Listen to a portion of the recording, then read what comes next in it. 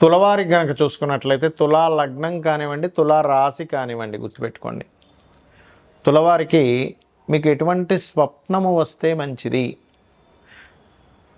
అదేవిధంగా దీనికి సంబంధించిన స్వప్న శాస్త్రానికి సంబంధించిన పూర్తి ఇన్ఫర్మేషన్ ఏదైతే ఉందో చెప్తుంది నేనైనప్పటికీ చెప్పిస్తుంది సాక్షాత్ లలితా అమ్మవారిగా భావిస్తూ ఆ లలితాంబిక అమ్మవారి యొక్క అనుగ్రహం మీకు పరిపూర్ణంగా కలగాలని మనస్ఫూర్తిగా కోరుకుంటూ, ఇక్కడ స్వప్నశాస్త్రాన్ని ఏం చెప్తారంటే శాస్త్రంలో అమ్మవారే మన మంచి కోరి మనం జాగ్రత్తగా ఉండడానికి, మనం ఇబ్బంది పడకుండా ఉండడం కోసం ఇస్తున్నటువంటి ఒక చిన్న ముందుగా సూచన అన్నమాట స్వప్నం అనేటువంటిది. అందుకే యాదేవి సర్వభూతేషు స్వప్న రూపేణ సంస్థిత అంటూ ఉంటాం. అయితే మీ యొక్క తులవారికి అమ్మవారిలో కాళికా అమ్మవారు వచ్చిందండి, లేదా ఒక శక్తి ఆలయం వచ్చింది, చాలా మంచిది. కొన్నిసార్లు చూడండి, మనకి ఒక మడుగుల్లాగా ఉంటాయి, లోపలికి ఇలా వెళ్తే అక్కడ వాటర్ ఉంటూ ఉంటుంది, లేకపోతే గుహలు ఉంటాయి, లేనట్లయితే ఒక బాగా సాగుతున్నటువంటి ఒక వ్యాపారం బాగా సాగిస్తున్నట్టుగా వస్తుంది కొంతమందికి స్వప్నం, చాలా మంచిది అది.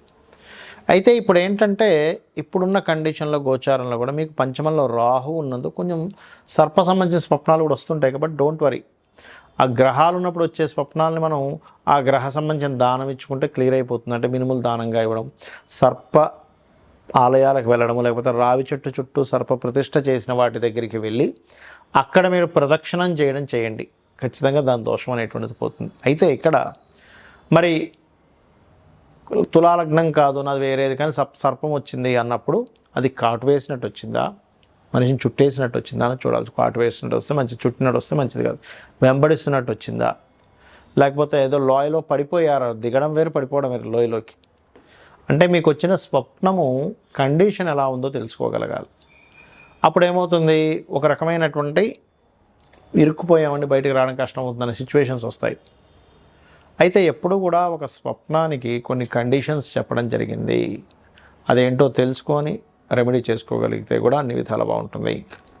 ఏమిటా రూల్స్, శాస్త్రంలో చెప్పినటువంటివి ఏంటి?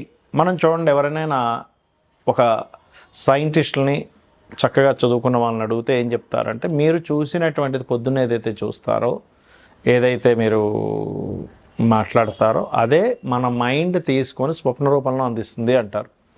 ఈ యొక్క విషయాన్ని మన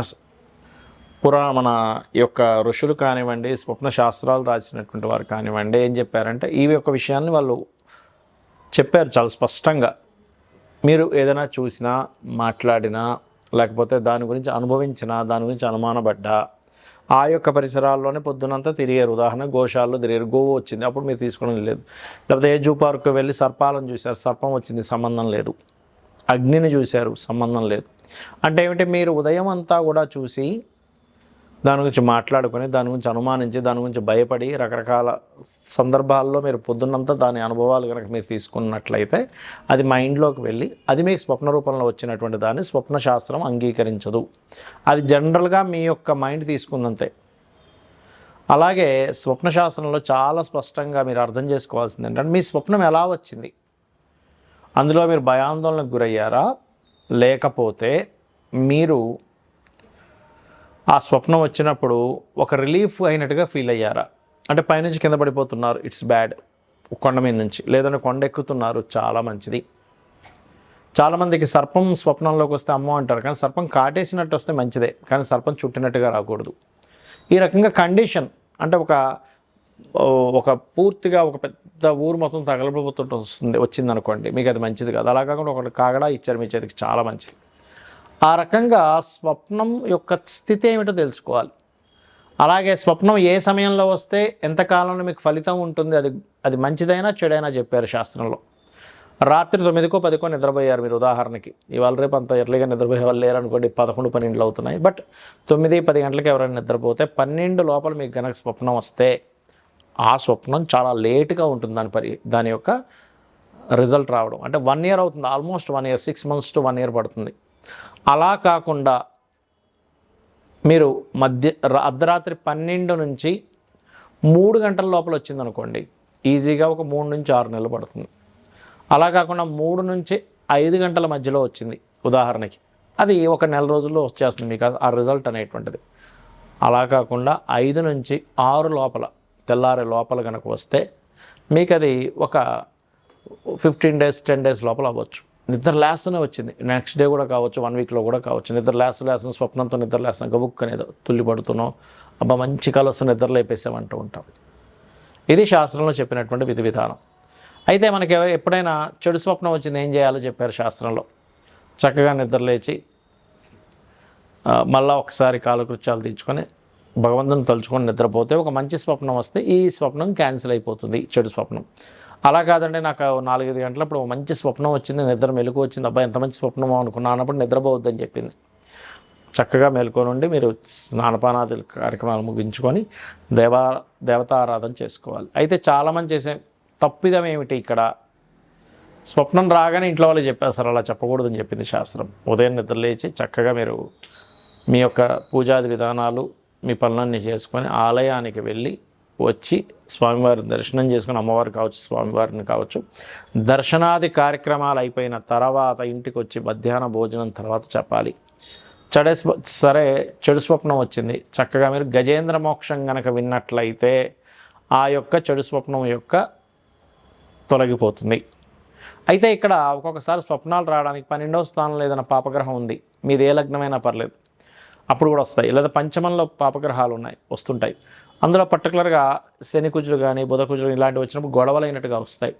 రాహుకేతువులు ఉన్నప్పుడు లేదా సర్పదోషం ఏర్పడినప్పుడు పంచమానికి కానీ 12కి కానీ ఆ మహాదశలు అంతర్దశలు నడిచేటప్పుడు కూడా సర్పాలు వస్తాయి. ఒక్కొక్కసారి మనకు నడుస్తున్న మహాదశల వల్ల కూడా ముందుగా ఇండికేషన్స్ జరుగుతూ ఉంటుంది.